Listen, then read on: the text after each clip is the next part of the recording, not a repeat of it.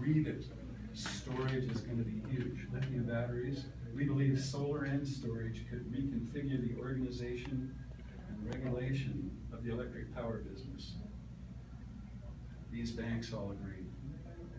And within 4 years from now, the price of these lithium batteries is expected to come down 60%.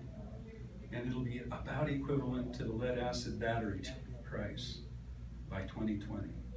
So they will take over the battery business. Out in Lancaster, Rex Paris, the mayor, has pledged to get that town 100% solar. And they're covering all of their parking lots and building them with solar cells.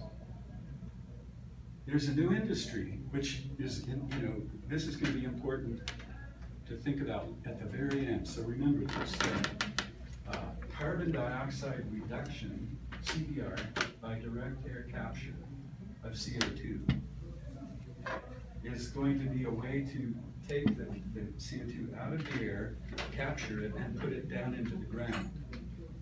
And therefore, we could actually lower our CO2 level to something that's perfect. Okay, and so think about it as these are global thermostats.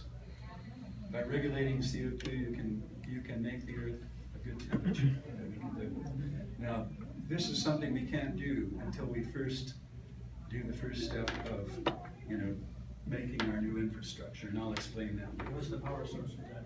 But this is something that, so think about ways to reduce the CO2 or bring down the temperature of the Earth. And Craig Hover talked about smoke and mirrors. There are ways proposed, like putting sulfate aerosols in the air to reflect the light. That's smoke. There's metallic chaff to block the sun and therefore cool the Earth. That's the mirrors. But if you do that, if you go there, it's like methadone. You get hooked on it, and you think, oh, I can keep spewing the CO2.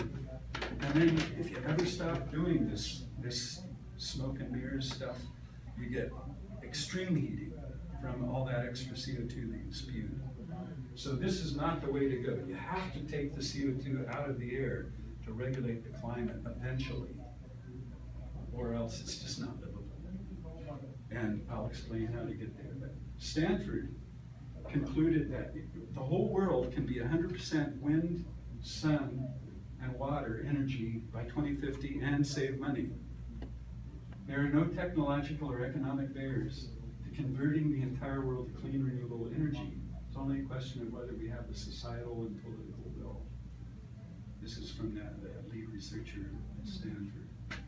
Think about innovation cycles we've gone through. Mainframe computers all the way to tablets, old telephones now to smart personal computers and telephones. Radio is now internet radio. Automobiles have gone from gas guzzlers to plug-in electrics. So the energy cycle of innovation means we're going to go from the centralized fossil fuel plants all the way to distributed renewables and fully integrated microgrids. So this is happening now. This is a huge economic wave that's going to, it is happening now, and it will be a great boom. So why not? What if it's a big hoax and we create a better world for nothing? And we have energy independence, sustainability, green jobs, renewables. Why not?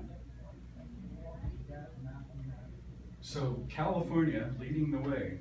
By 2030, the state's emissions must be 40% below 1990 levels, and we're going to have an interim goal that Schwarzenegger had of reducing emissions to 80% below 1990 levels by 2050. Even oil corporations like ExxonMobil have a climate risk report in which they say that they're advocating an approach that ensures